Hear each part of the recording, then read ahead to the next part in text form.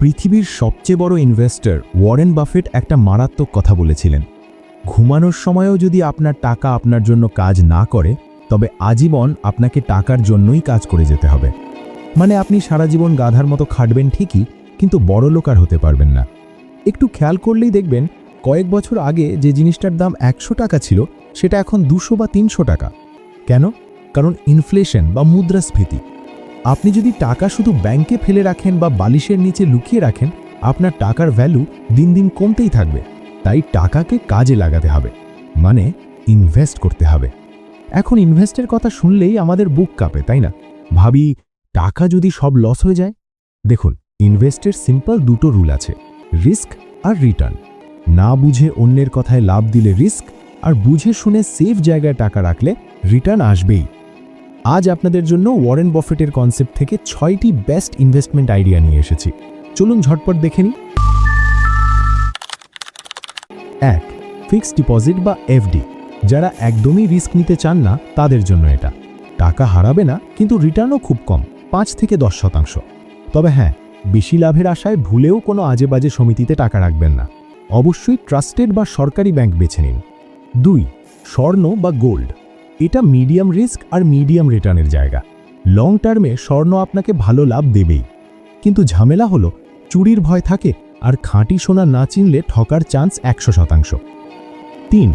Real estate বা জমি বা ফ্ল্যাট। এটা দারুণ সেফ আর রিটার্নও বেশ ভালো। শহরের আশেপাশে এমন একটা জমি কিনুন যার ভ্যালু আগামী 5 বছরে বাড়বে। কিন্তু এখানে দুটো রিস্ক আছে। 1. হঠাৎ বিপদে পড়ে টাকার দরকার হলে জমি জলদি বেচা যায় না। আর 2. কেনার আগে কাগজের ভেজাল আছে কিনা সেটা 100 বার চেক করে নেবেন। এক জমি যেন 4 জনের কাছে বেচা না হয়। 4. Stock market. শেয়ার বাজার হলো হাই রিস্ক হাই রিটার্ন। না বুঝে কোনো নলেজ ছাড়া অন্যের কথায় এখানে টাকা ঢাললে আপনি খুব দ্রুত রাস্তার ফকির হয়ে যেতে পারেন। তাই নলেজ না থাকলে স্টক মার্কেট থেকে 100 হাত দূরে থাকুন। 5. Mutual fund. স্টক মার্কেট না বুঝলে আপনার জন্য বেস্ট হলো মিউচুয়াল ফান্ড। এখানে বড় বড় এক্সপার্টরা আপনার টাকা বিভিন্ন ভালো কোম্পানিতে ইনভেস্ট করবে। আপনার খাটনি কম, রিস্কও ডিরেক্ট শেয়ার বাজারের চেয়ে কম। তবে ইনভেস্ট করার আগে অবশ্যই দেখবেন কোম্পানিটা ট্রাস্টেড এবং গভর্নমেন্ট অ্যাপ্রুভড কিনা। 6. নিজের বিজনেস। অন্যের সাকসেস দেখে হুট করে ব্যবসায় নামবেন না। যে লোকটা আজ লাখে লাখে টাকা কামাচ্ছে, তার পেছনে কয়েক বছরের ঘাম, লস আর নলেজ আছে। তাই আপনি যে কাজটা ভালো বোঝেন, যেটায় আপনি এক্সপার্ট, শুধু সেটা নিয়েই বিজনেস করুন।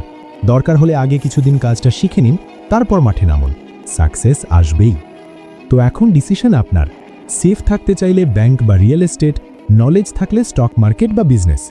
আপনি এখন আপনার ক্যারিয়ারের কোন স্টেজে আছেন আর আপনার জমানো টাকা কোথায় ইনভেস্ট করতে চান, কমেন্ট করে এক্ষুনি জানান। আমি আপনাদের সবার কমেন্ট পড়ব। ভিডিওটা ভালো লাগলে একটা লাইক দিন, সাবস্ক্রাইব করুন, আর আপনার যে বন্ধুটি টাকা জমাতে পারছে না, তাকে ভিডিওটা শেয়ার করে বড়লোক হওয়ার রাস্তা দেখিয়ে দিন। দেখা হচ্ছে পরের ভিডিওতে। ধন্যবাদ।